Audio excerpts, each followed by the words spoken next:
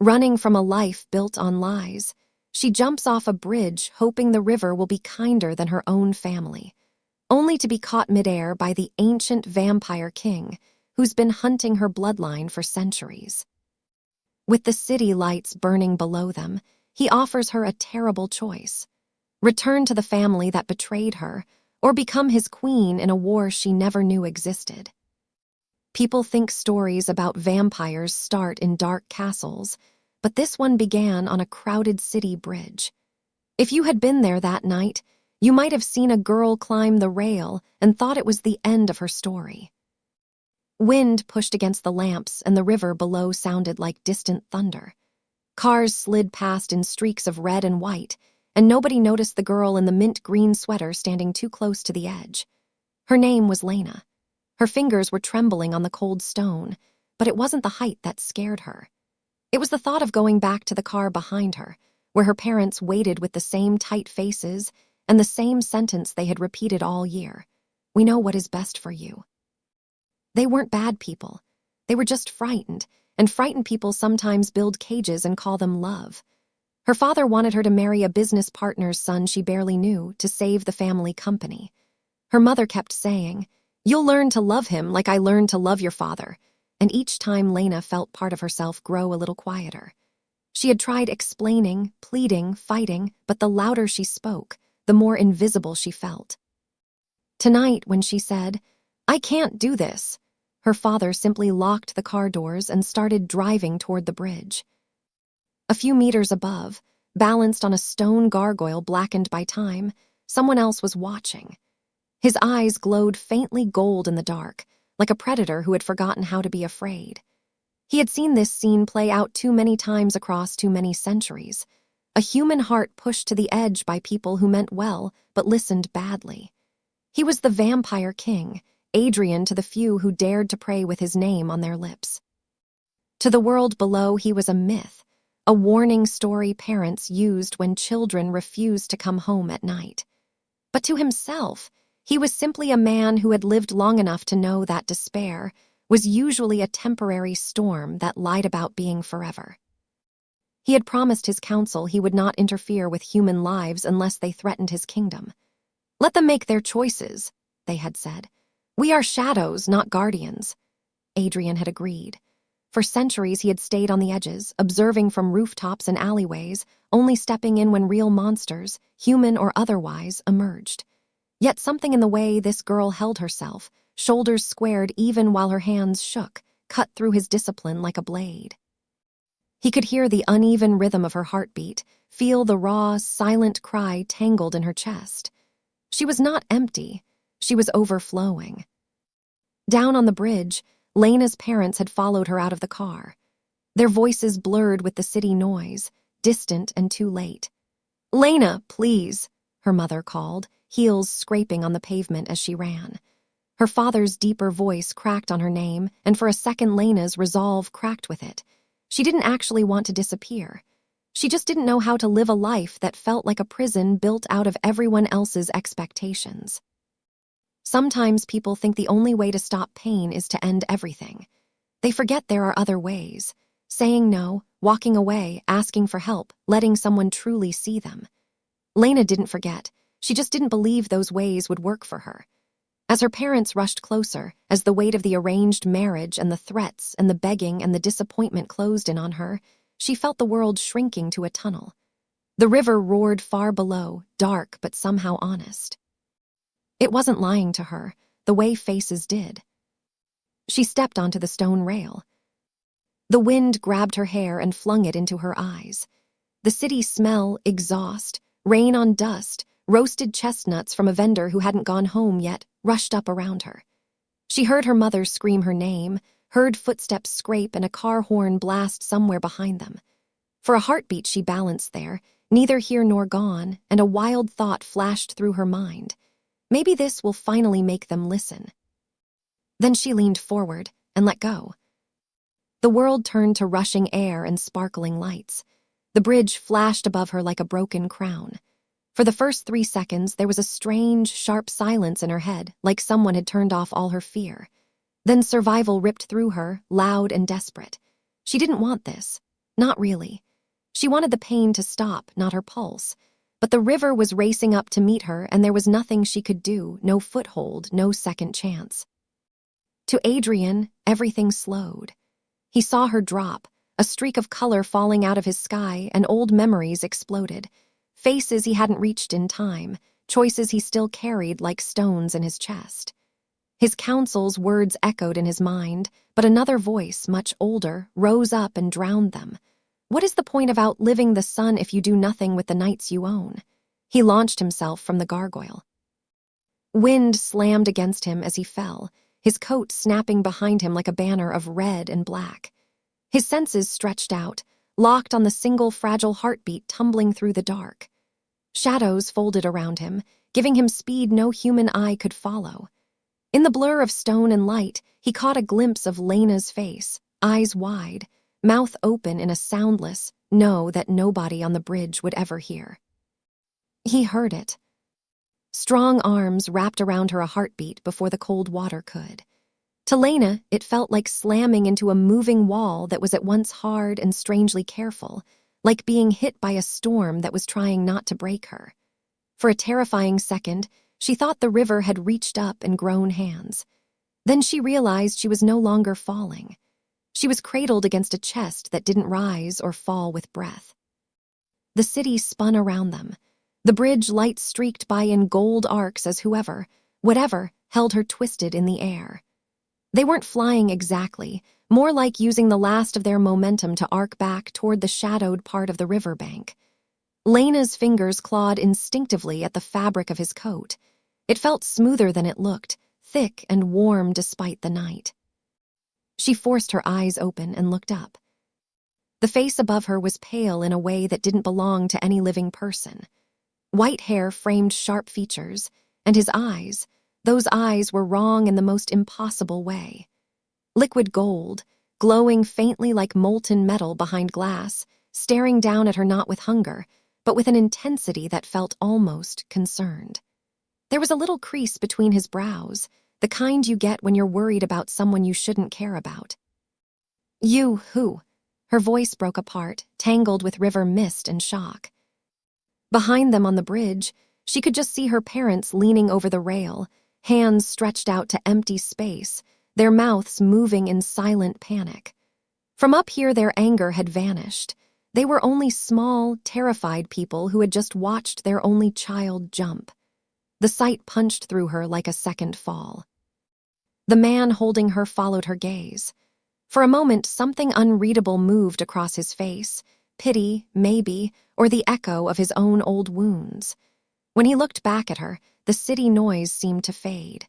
There was only the sound of the river and the soft rustle of his coat in the wind. "Listen to me, Lena," he said, and the way he shaped her name made the hair on her arms rise. She hadn't told him who she was. His voice was low and calm, with an accent that didn't belong to any one country, like he had collected pieces of speech from a dozen centuries and smoothed them together. "You think you jumped to end your story." His grip tightened just enough to let her know she was safe, held, not going anywhere unless he allowed it. "But if you die tonight," he continued, golden eyes never leaving hers, "my entire kingdom dies with you." For a moment, Lena thought she had misheard him. The city lights wheeled slowly around them as if the whole world were holding its breath. Her heart hammered against his chest, desperate and very, very alive. "What do you mean, your kingdom dies?" she managed. "Who even says things like that?" Instead of answering, he twisted in the air with effortless control and landed on the narrow strip of stone near the river, as lightly as if he had simply stepped off a curb. The splash of the water below, the distant honk of a horn, the shout of a fisherman, it all rushed back at once. Her legs tried to collapse, but his arms didn't let them. Up on the bridge, blue and red lights began to flicker. Someone had called the police. Her parents were silhouettes against the rail, hands still clawing at empty space, the sound of her mother's sobs thin and broken even from this distance. The guilt that hit Lena was sharp and fast. She had terrified them. She had terrified herself. The man set her gently on her feet, but didn't step far. His presence felt like standing next to a thunderstorm that had chosen not to strike. "You should sit," he said. "Your blood is racing too fast." You can hear that?" Lena stared at him, then at the impossible height they had fallen from. Her brain finally tried to put the pieces together. Golden eyes, no breath, the inhuman speed. "What are you?" He hesitated for half a second, like he was choosing between several uncomfortable truths. Then he let a small, wry smile touch his mouth. "I am what people used to light bonfires against," he said softly. "What they prayed their children would never meet in the dark." His gaze held hers, waiting to see if she would run. "I am a vampire, Lena, and unfortunately for both of us, I am also their king." Every story she'd ever half heard as a child flickered through her mind. Monsters with fangs, horror movies she'd refused to watch, dramatic Halloween costumes. None of them matched the man in front of her, whose expression right now was less, "I will drink your blood," and more, "I am very tired of having to explain this." "Right," she said faintly. "Of course you are, and I'm the Tooth Fairy." He didn't argue. He just slowly opened his mouth, and for the first time she saw them. Not cartoonishly long, not dripping with anything awful, just two perfectly white, perfectly real fangs that slid down with a quiet, bone-deep finality. The lamplight caught on them. Her body reacted before her mind did. She flinched back, breath locking. Immediately, the fangs retracted. He stepped away, raising his hands the way you do when calming a frightened animal. "I'm not going to hurt you," he said. There was something raw in his voice now, like it mattered to him that she believed that. "I walked away from the kind of vampire you're imagining a long time ago." "If you're a vampire," Lena whispered, "why save me? Shouldn't you be happy I volunteered to be dead?" A shadow crossed his face, old and bitter. "Once, a very long time ago, I watched someone fall because I waited too long to care. I told myself it wasn't my business, that my people came first. Their scream still wakes me up sometimes, on nights when even immortality feels too long." His eyes softened. "I will not repeat that mistake with you." The sirens above grew louder. Voices shouted. Someone was pointing down toward the riverbank. "Adrian," she remembered his name from somewhere inside the ringing in her ears, tilted his head, listening. "We don't have much time," he said quietly. "When your police arrive, they will find a girl's shoes on the bridge and nothing in the water. They will say you are gone. If they see you here with me, I will have to erase memories, change stories. I dislike doing that. It steals choices from people, and we've both had enough of that tonight." Lena's throat tightened. The idea of her parents thinking she was dead made her stomach twist, yet the thought of walking back up there, sliding into the car, pretending nothing had happened, it made her chest fill with cold. "You said if I die, your kingdom dies," she said, clinging to the one thing that didn't feel like it was spinning out of control. "Why? What do I have to do with any of this?" He studied her for a long, searching moment, as if he were weighing how much truth she was ready for. "Centuries ago," Adrian began, "my people were hunted to the edge of extinction. Fire, silver, sunlight. Humans are creative when they are afraid. On the worst night, when the sky itself felt like it was burning, one human woman hid us. She defied her own family, her own village, to shelter creatures she had every reason to hate. In return, we swore a covenant. Her bloodline would be protected, always, and as long as it survived freely, the sun would never completely destroy my kind." "Protected how?" Lena asked quietly. He gestured to the city around them. "My shadows hide more than you think.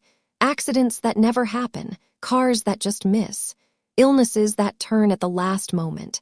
Not always, not perfectly, we are not gods, but enough that your line has endured when others broke."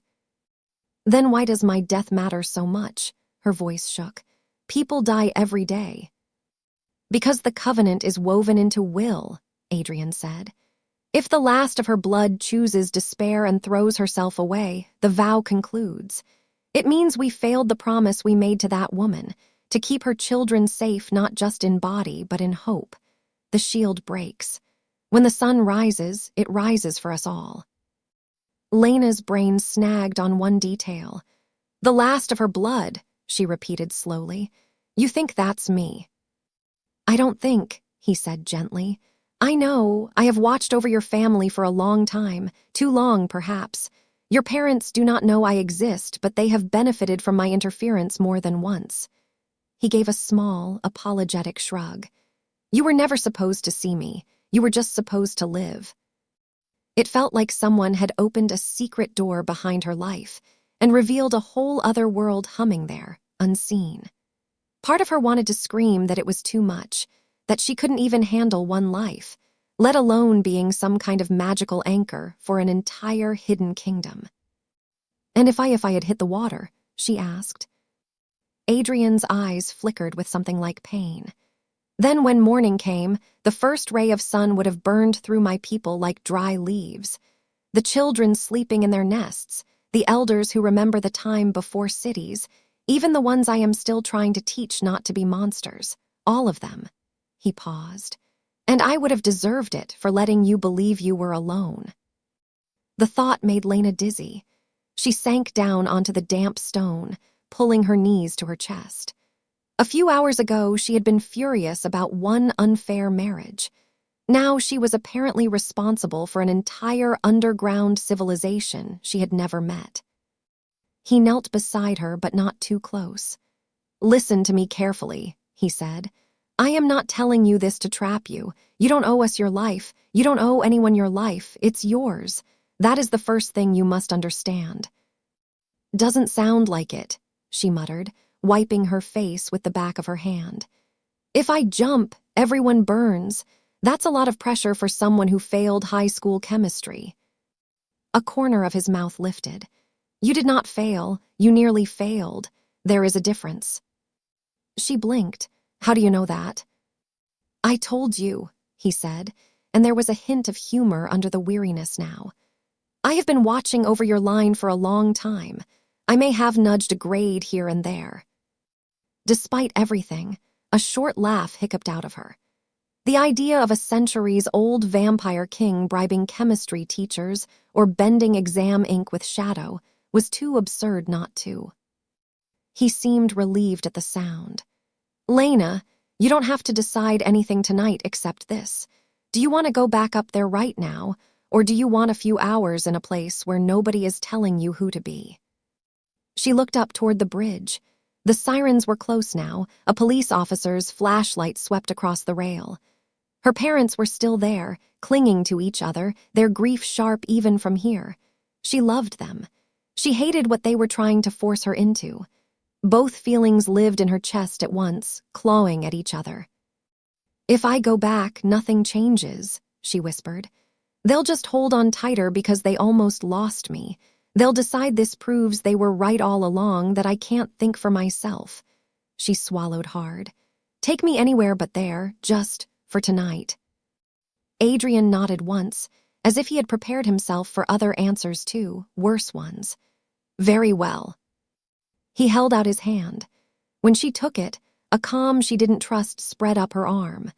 Not magic, just the strange steadiness of someone who had faced centuries of storms and was still here. The next second the riverbank blurred. Wind roared past her ears as Adrian pulled her into a leap that wasn't humanly possible. They climbed the air as if the night itself were a staircase. Rooftops rushed beneath them, laundry lines snapping, neon signs flashing. Lena's fear tangled with an unexpected wild exhilaration. For the first time in months, the cage in her chest felt like it had cracks. Adrian carried her in an easy, practiced grip, landing and launching from one building to the next. The city looked different from up here, smaller, softer, almost kind. She realized with a jolt that he could have taken this power and ruled the world by fear, yet here he was, using it to smuggle one scared girl away from a bridge.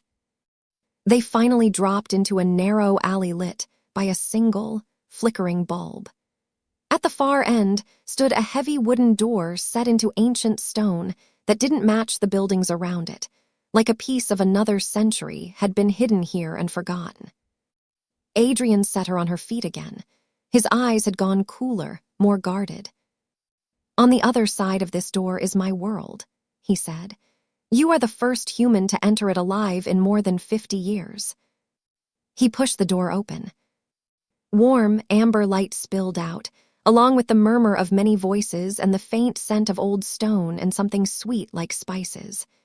As Lena stepped over the threshold, the noise hushed. Dozens of eyes, some dark, some faintly glowing, turned toward her. At the far end of the long hall, a tall woman with silver hair and eyes like polished coal rose from a carved chair. Her gaze slid from Adrian to Lena, sharp and measuring. "So," the woman said, and her voice carried easily to every corner of the underground hall. "The heart of dawn finally walks under our roof." Every vampire in the room bowed their head. Everyone except Adrian. He moved half a step closer to Lena, as if preparing to stand between her and the entire world. And for the first time since she jumped, Lena realized something terrifying and electric. In this place full of creatures that should have frightened her, she might actually be the most dangerous thing in the room. The hall felt like a cathedral carved out of the earth itself. Stone arches reared overhead, veined with faint veins of something that glowed softly, like trapped starlight.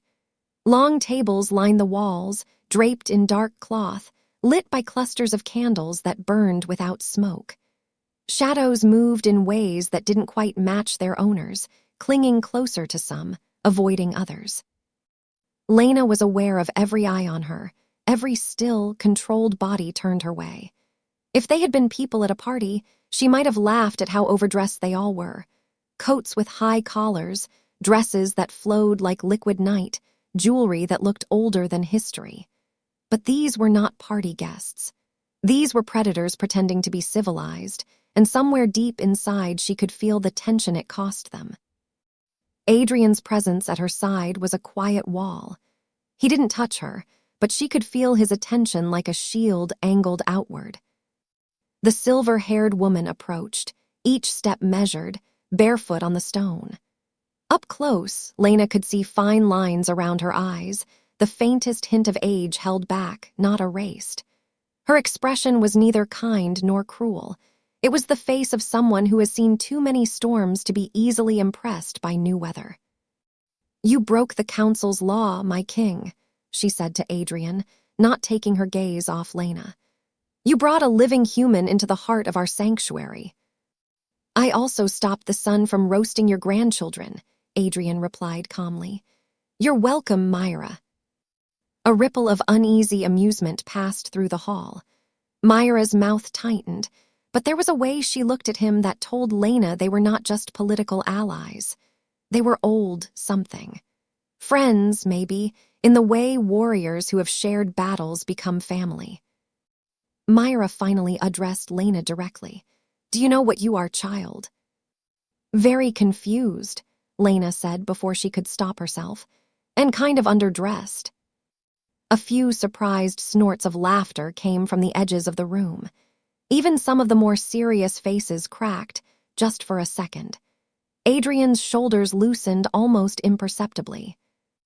Myra's gaze sharpened, as if reassessing her. "You carry the last thread of the Covenant of Ashes," she said. "You are the reason we are not all dust on the morning wind. That makes you precious and extremely dangerous." "Everyone keeps saying that," Lena muttered. "I was literally grounded last week because I forgot to do the dishes. If I'm this important, someone forgot to send me the memo." "That is precisely the problem," one of the elders near Myra snapped. He was narrow-faced, with eyes that glinted red when the candlelight hit them. "She is human, ignorant, emotional. One bad day and she nearly destroyed us all." Lena flinched. The man's words felt like a slap, not because they were cruel, but because they weren't completely wrong. She had almost ended everything on a bad day. Adrian's voice cut through the murmurs, low and firm. "And whose fault is that, Darius? We swore to guard this bloodline. Guarding is not the same as locking away and hoping for the best. We watched from our towers while her spirit was crushed in a gilded cage. We interfered with exams and accidents, but not with the voices that told her she was worthless if she did not obey. That is on us. For a heartbeat, nobody spoke. The honesty in his words landed like a stone dropped into still water. Lena's throat burned. Nobody had ever said it out loud like that, not even her. She wasn't just dramatic or sensitive. Something real had been breaking, and the people who should have helped had looked away. Myra's gaze softened by a fraction. "So what do you propose, Adrian?" she asked. "That we crown her and chain her to your side. That we keep her in silk and shadows, smiling for the sake of our survival." "No," his answer came so quickly it startled even Lena. "I propose we do something radical." He turned slightly, including the entire hall in his next words. "We treat her like a person, not a spell." The hall stirred. That simple sentence seemed to frighten them more than any prophecy. "She is the heart of dawn," Darius protested. "She must be bound to our laws. We must ensure her loyalty. At the very least, we should erase her memories of us and send her back to her human life. The less she knows, the less she can damage." Erase her memories. The idea made Lena's stomach turn. To lose even this strange, terrifying night? To wake up tomorrow with nothing but a vague bruise on her wrist and a hazy memory of crying on a bridge? To go right back into the same arguments, the same suffocating expectations, as if none of this had ever happened? Adrian didn't even look at Darius. "We are not thieves of minds," he said. "Not anymore." "You would risk all our lives on the will of a 19-year-old girl," another elder demanded. Lena had never particularly liked being called a girl in that tone. This time, something in her that had crouched small for months decided it had had enough. "I'm standing right here," she said, surprising herself with the steadiness in her voice. "You don't have to talk about me like I'm not in the room." Dozens of immortal beings fell silent. "My whole life," Lena went on, hands shaking but chin lifted, "people have been making decisions for me. What to study, who to be friends with, who to marry. They said it was for my own good. It didn't feel like that. It felt like they were scared of what would happen if I decided anything on my own." She swallowed. "I won't trade one cage for another, not even if this one comes with gothic lighting and immortals who do my homework." A tiny ripple of amusement moved through the crowd again. It loosened something in the room's air. Adrian looked at her with quiet pride flickering under his calm. "You heard the lady," he said. "She is not here as our prisoner, she is our guest. And as long as she is under my protection, no one touches her mind, or her life. Is that clear?" His last sentence thrummed with power, like a chord struck on some invisible instrument. The shadows in the corners leaned in, listening. This was not a request. One by one, the vampires bowed their heads again, lower this time. Even Darius bit back whatever retort he had lined up. Myra studied Adrian for a long, slow beat. "You have changed," she murmured. "Once you would have called her a necessary sacrifice." "Once I was a fool who thought survival was more important than humanity," he said simply. "Immortality without honor is just a slow kind of dying." Her eyes warmed just a little. "Very well, my king. The council will not move against her, for now." She turned to Lena. "You will stay here until dawn. After that, your path is your own." Lena let out a breath she hadn't realized she'd been holding. The idea of sunrise still made her nervous, given everything she'd heard, but for now it was a distant line, not a cliff. As the council began to disperse, Adrian touched her elbow lightly. "Come," he said. "There is a quieter place where we can talk without half the court listening for gossip." He led her through a side passage, the noise of the hall fading behind them, replaced by the soft drip of water and the faint hum of hidden currents of magic she couldn't see, only feel like a cool breeze against her skin. They climbed a narrow spiral staircase that seemed far too long for the distance they'd walked. until Lena suspected space didn't work quite the same way down here. At the top, a door opened onto a balcony overlooking a cavern lit by hundreds of floating lights. They drifted like slow-moving fireflies, illuminating gardens of pale flowers and twisting trees that had never known wind. Above, the rock ceiling arched high, painted to look like a night sky full of stars. It almost fooled her, until she realized some of the stars were actually small crystals embedded in the stone, glowing from within. "It's beautiful," she breathed. Adrian leaned on the railing beside her, his profile etched in gentle gold from the nearest lights. "When our children are old enough, this is where they first see something that looks like the sky," he said softly.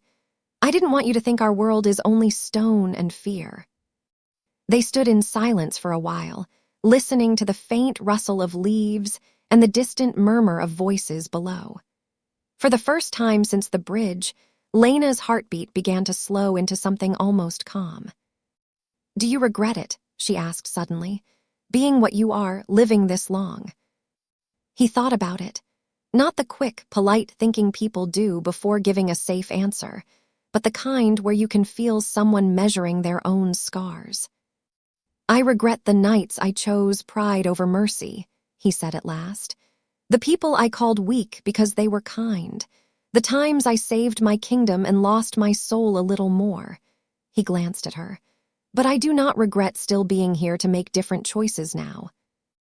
His honesty settled between them like a third presence. She wrapped her arms around herself. "I don't know what to do," she admitted. "If I stay here, my parents will think I'm dead.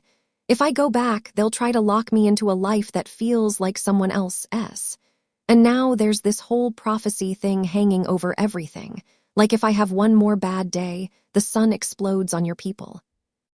Adrian was quiet for a moment. Then he reached for a small brass kettle sitting on a nearby table, poured steaming liquid into a delicate porcelain cup, and handed it to her. The smell of cinnamon and orange rose up, soothing and warm. "I don't drink it myself," he said, almost apologetically. "Old habits, but the others say it helps." The gesture, simple and domestic in this strange, ancient place, made her eyes sting. No one had made her tea after a bad day in a long time, not without adding a lecture. She took a sip. It tasted like winter nights and safety. "You asked me earlier why I would give you freedom if your choice can kill us," Adrian said quietly. "The answer is simple. A life that is only useful, never chosen, is a form of slavery. I would rather risk my people on your honest decisions than chain you and call that victory." Lena stared into her cup. "What if I make the wrong ones?" she whispered. "Then we face the consequences together," he said. "That is what real kings do, or what they should do." Her phone suddenly buzzed in her pocket, violently loud in the quiet garden. She jumped, sloshing tea over her hand. Adrian's gaze dropped to the device, then back to her face. With shaky fingers, she pulled it out. The screen was a frantic storm, 37 missed calls, most from Mom, some from Dad, a few from friends. Dozens of messages stacked on top of each other. One, sent just minutes ago, sat at the bottom of the screen. "From Mom, Lena, please. I don't care about the company. I don't care about the wedding. Just answer. Just come home. We'll figure it out. I'm so sorry." Her chest tightened. The words she had begged to hear for months were finally there, too late for the girl who had stood on the bridge, right on time for the one sitting in an underground garden with a vampire king. She looked up at Adrian, tears blurring the star stones above. "If I go back to them," she asked, voice barely above a whisper, "if I forgive them and try again, will your people die?" For the first time since she had met him, Adrian didn't answer right away. His golden eyes darkened with thoughts she couldn't read. Somewhere deep in the tunnels below, a low, distant bell sounded once, as if the kingdom itself were listening. When he finally spoke, his voice was soft and very careful. "Going back won't kill us, Lena," he said. "What might kill us is what waits for you around them. The ones who wanted your marriage for reasons that have nothing to do with love. The ones who know exactly what you are, even if you don't. A chill slid down her spine. "What do you mean?" she whispered. Adrian set his cup down with deliberate calm, his jaw tight. "I mean," he said, "that your family was not the only one watching you grow up. And if you walk back into that house tomorrow, you won't just be walking toward your parents." He turned to face her fully, the gentleness still there, but wrapped now in steel. "You'll be walking into a trap that has been waiting for you since the day you were born."